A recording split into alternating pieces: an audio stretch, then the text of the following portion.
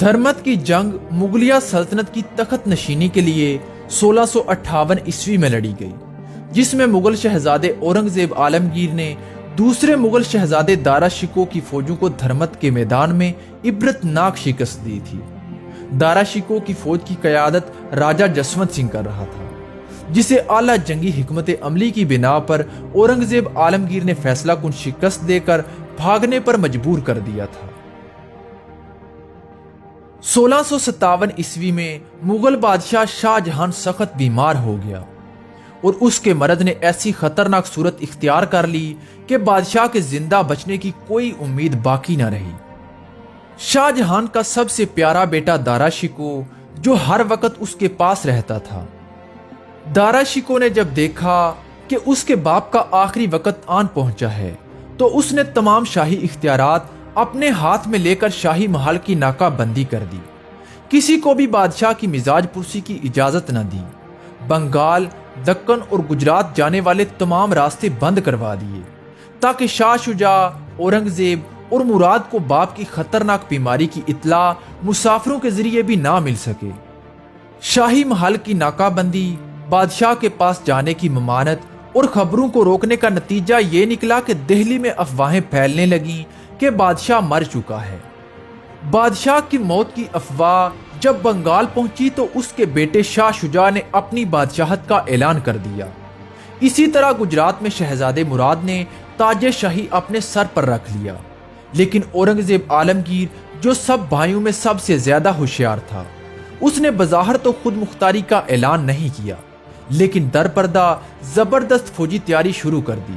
تاکہ وقت آنے پر وہ دارا شکوہ کا مضبوطی کے ساتھ مقابلہ کر سکے۔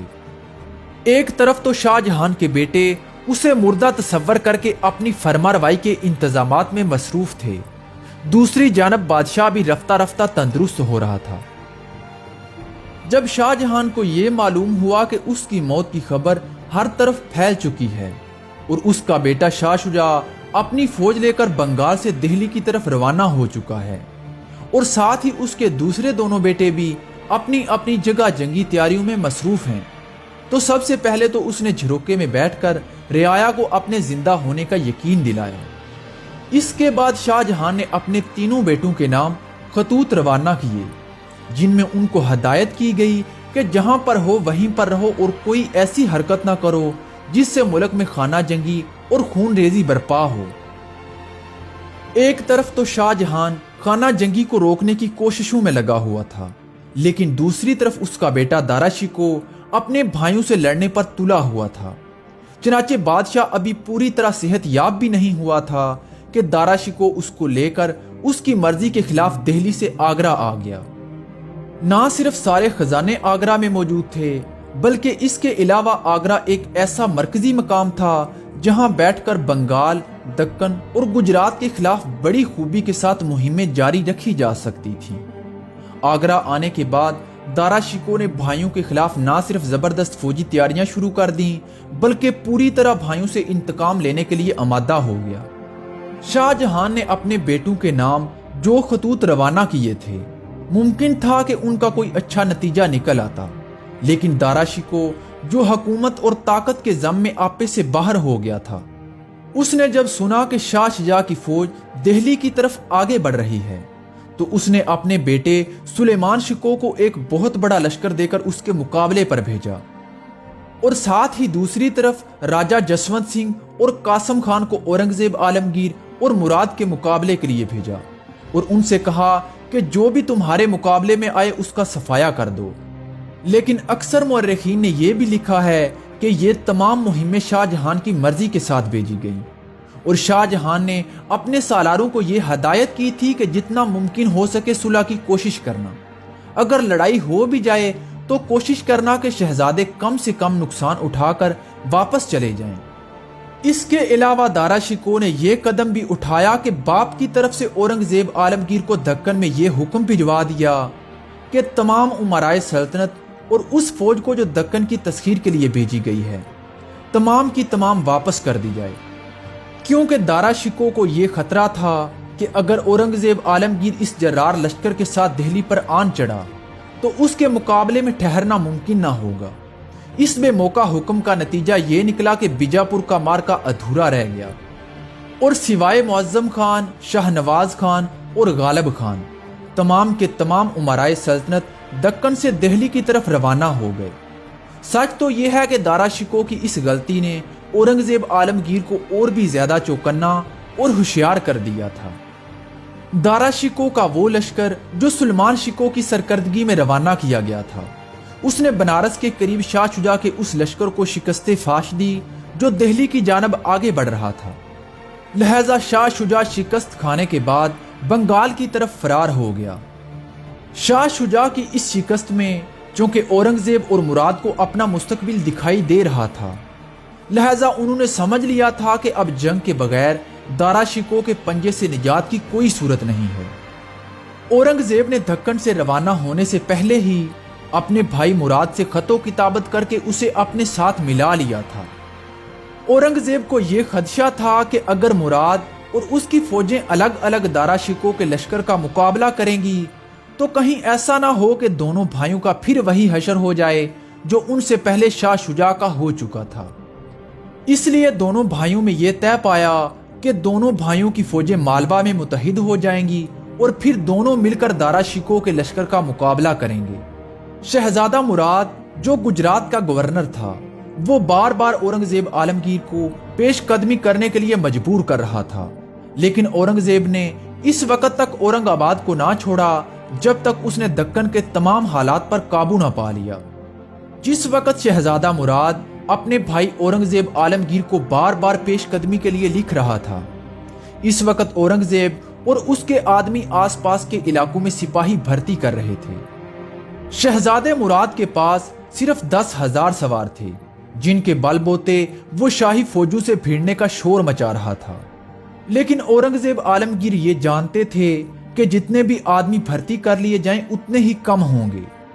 اس لیے اورنگزیب عالمگیر نے اس وقت تک اورنگ آباد سے پیش قدمی نہیں کی جب تک اس کے سپاہی 30,000 نہیں ہو گئے۔ اس کے باوجود بھی وہ برہان پور میں 1 مہینہ ٹھہرے رہا اور حالات و واقعات پر ایک گہری نظر ڈالی۔ برہان پور سے اس نے اپنے بھائی مراد کو پیش قدمی کے بارے میں لکھا اور رجب کے مہینے میں اورنگزیب عالمگیر کی فوج بھی برہان پور سے کوچ کر گئی۔ اورنگزیب نے اس قدر رازداری سے کام لیا کہ جب تک اس کی فوج دریائے نرمدا کو پار کر کے اجین تک نہیں پہنچ گئی، دشمن کو اس کے بارے میں کوئی بات بھی معلوم نہ ہو سکی۔ اجین کے قریب پہنچ کر مراد اور اورنگزیب کی فوجیں اکٹھی ہو گئیں اور اس کے بعد دونوں بھائی مل کر اس سمت بڑھنے لگے جہاں راجہ جسونت سنگھ اور قاسم خان ڈیرے ڈالے ہوئے تھے۔ عالمگیر نامہ کے بیان کے مطابق راجہ جسونت سنگھ کو مراد کے احمد آباد سے روانہ ہونے کی خبر تو مل چکی تھی، لیکن اسے یہ معلوم نہ ہو سکا تھا کہ اورنگزیب بھی برہان پور سے چل پڑا ہے اور دریائے نرمدا پار کر چکا ہے۔ راجہ جسونت سنگھ شہزادے مراد کی راہ روکنے کے لیے گجرات کی طرف آگے بڑھ رہا تھا کہ اسے اچانک یہ اطلاع ملی کہ شہزادہ مراد تو راہ کترا کر اس سے آگے نکل چکا ہے اور اورنگزیب کا لاؤ لشکر بھی دیپال پور کے قریب آ گیا ہے۔ راجہ جسونت سنگھ جو اورنگزیب عالمگیر کی حربی صلاحیتوں سے خوب آگاہ تھا، جیسے ہی اس کو یہ خبر ملی تو وہ اچانک واپس پلٹا اور دھرمات پور کے قریب آ کر خیمے گاڑ دیے۔ ایشور داس اور کمبو کے بیان کے مطابق راجہ جسونت سنگھ کو جو احکام دیے گئے تھے ان کی روح سے اورنگزیب اور مراد کی پیش قدمی کا لازمی نتیجہ جنگ ہی تھی۔ اسے بھیجا ہی اس لیے گیا تھا کہ وہ دونوں کو آگے نہ بڑھنے دے بلکہ آگے بڑھ کر مراد کو احمد آباد سے باہر نکال دے۔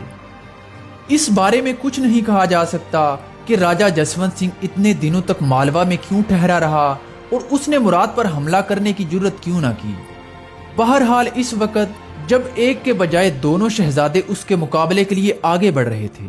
تو اس نے بزدلی کا ثبوت دینے کے بجائے آگے بڑھ کر دونوں کا مقابلہ کیا۔ عالمگیر نامہ کے بیان کے مطابق اورنگزیب نے دھرمات پور کے نزدیک آنے سے پہلے راجہ جسونت سنگھ کو ایک دوستانہ پیغام بھیجا اور اس سے درخواست کی کہ وہ انہیں آگے بڑھنے سے نہ روکے کیونکہ وہ بادشاہ کی عیادت کی سوا کوئی دوسرا مقصد نہیں رکھتے۔ برنیر کے بیان کے مطابق شاہ جہان کا بھی مقصد لڑائی نہ تھا، اس لیے چلتے وقت اس نے راجہ جسونت سنگھ سے یہ کہا تھا کہ آخری وقت تک کوشش کرنا کہ لڑائی کی نوبت نہ آئے۔ اگر خدا نہ کرے لڑائی ہو بھی جائے تو کوشش کرنا کہ شہزادے کم سے کم نقصان اٹھا کر واپس چلے جائیں۔ ہندو مورخین نے اس موقع پر راجہ جسونت سنگھ کی مشکلات کا بڑی تفصیل کے ساتھ ذکر کیا ہے۔ انہوں نے لکھا ہے کہ راجہ جسونت سنگھ کے سامنے سب سے بڑی مشکل تو یہ تھی کہ اس کا مقابلہ اورنگزیب جیسے بڑے مدبر اور اونچے سپہ سالار سے تھا۔ اس کے علاوہ راجہ جسونت سنگھ جس زمین پر کھڑا ہو کر لڑ رہا تھا وہ تنگ ہونے کے ساتھ ساتھ ناہموار بھی تھی۔ مورخین کا اس بات پر اختلاف ہے کہ دونوں فوجوں کی صحیح تعداد کیا تھی۔ اورنگزیب اور مراد کے اپنے خطوط سے بھی اس اختلاف کا پتہ چلتا ہے۔ شہزادے مراد کے نزدیک راجہ جسونت سنگھ کے ساتھ 50 سے 60 ہزار کے قریب سپاہی تھے۔ اگر عاقل خان کی روایت کو صحیح مان لیا جائے تو دونوں طرف کی تعداد تقریباً برابر تھی۔ جب لڑائی شروع ہوئی تو دونوں طرف سے پہلے تو توپ خانے کھلے اور اس کے بعد دونوں فوجیں ایک دوسرے سے ٹکرا گئیں۔ اس موقع پر ہندو مورخ ایشور داس نے راجپوتوں کی بہادری کی داستانیں بڑے مزے لے لے کر لکھی۔ ایشور داس لکھتا ہے کہ راجپوت رام رام کرتے ہوئے دشمن پر ایسے ٹوٹ پڑے جیسے شیر حملہ آور ہوتے ہیں۔ مورخ عاقل خان اور رازی نے بھی ان کے غصے، تندی اور تیزی کی طرف اشارہ کیا ہے۔ جنگ کے آغاز میں راجپوتوں کا پلڑا بھاری تھا اور وہ محمد سلطان کے سپاہیوں کو کاٹتے ہوئے ان کی صفوں کے اندر تک گھس گئے تھے، لیکن محمد سلطان اور نجابت خان پہاڑ کی طرح اپنے اپنے مقام پر کھڑے رہے اور اپنے سپاہیوں کو لڑاتے رہے۔ لڑائی کا عالم یہ تھا کہ دونوں طرف لاشیں ہی لاشیں گرتی جا رہی تھیں، لیکن اس کے بعد جب اورنگزیب عالمگیر اپنے محفوظہ کے دستے کے ساتھ میدان جنگ میں اترے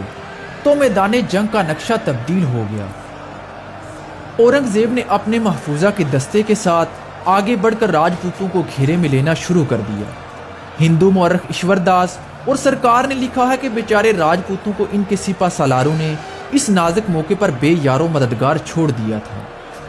اس کے بعد دونوں فوجیں پوری کی پوری ایک دوسرے سے گتھم گتھا ہو گئیں۔ راجپوتوں نے عین میدان جنگ میں راہ فرار اختیار کر لی۔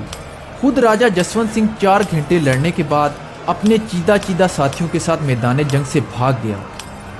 ہندو مورخ ایشور داس اور سرکار کے بیان کے مطابق راجہ جسونت سنگھ راجپوتوں کی طرح میدان جنگ میں مرنے کی آرزو کر رہا تھا کہ اس کے ساتھیوں مہیش داس اور گوردن نے اس کے گھوڑے کی کاٹھی کو زبردستی پکڑ لیا اور اسے میدان جنگ سے بھگا دیا، اور اس طرح یہ جنگ اورنگزیب عالمگیر کی فتح اور راجہ جسونت سنگھ کی ہار پر ختم ہو گئی۔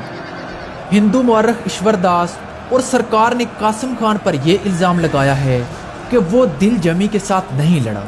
جس کی وجہ سے دارا شکوہ کے لشکر کو شکست ہوئی۔ لیکن اکثر مورخین نے لکھا ہے کہ راجہ جسونت سنگھ کے فرار ہونے کے بعد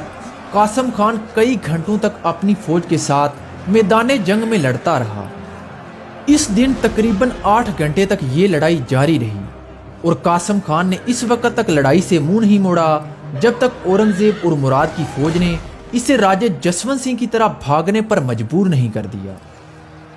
راجہ جسونت سنگھ کے فرار کے بارے میں مورخین کا اختلاف ہے۔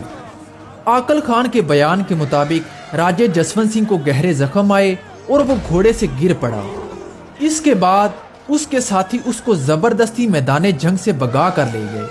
حالانکہ اس نے اپنے ساتھیوں کو بہت روکا۔ منوسی نے مہاراجہ جسونت سنگھ کی بہادری کو بیان کرتے ہوئے اپنے نمک کا حق ادا کر دیا۔ یہ شخص دارا شکوہ کے توپ خانے کا توپچی تھا اور اطالوی ہونے کے سبب ذرا زیادہ نمک حلال تھا۔ یہ لکھتا ہے کہ قاسم خان راجہ جسونت سنگھ کو میدان جنگ میں اکیلا چھوڑ کر بھاگ گیا تھا اور لڑائی کا سارا زور مہاراجہ جسونت سنگھ پر آن پڑا تھا۔ بہرحال جو کچھ بھی ہوا، اورنگزیب عالمگیر کی فوج نے راجہ جسونت سنگھ کی فوج کو عبرت ناک شکست دی۔ اس فتح میں اورنگزیب عالمگیر کی دانائی حرف اول، مراد کی بہادری حرف ثانی اور محمد سلطان اور دوسرے سپہ سالاروں کی احتیاط اور دانش مندی حرف آخر تھی۔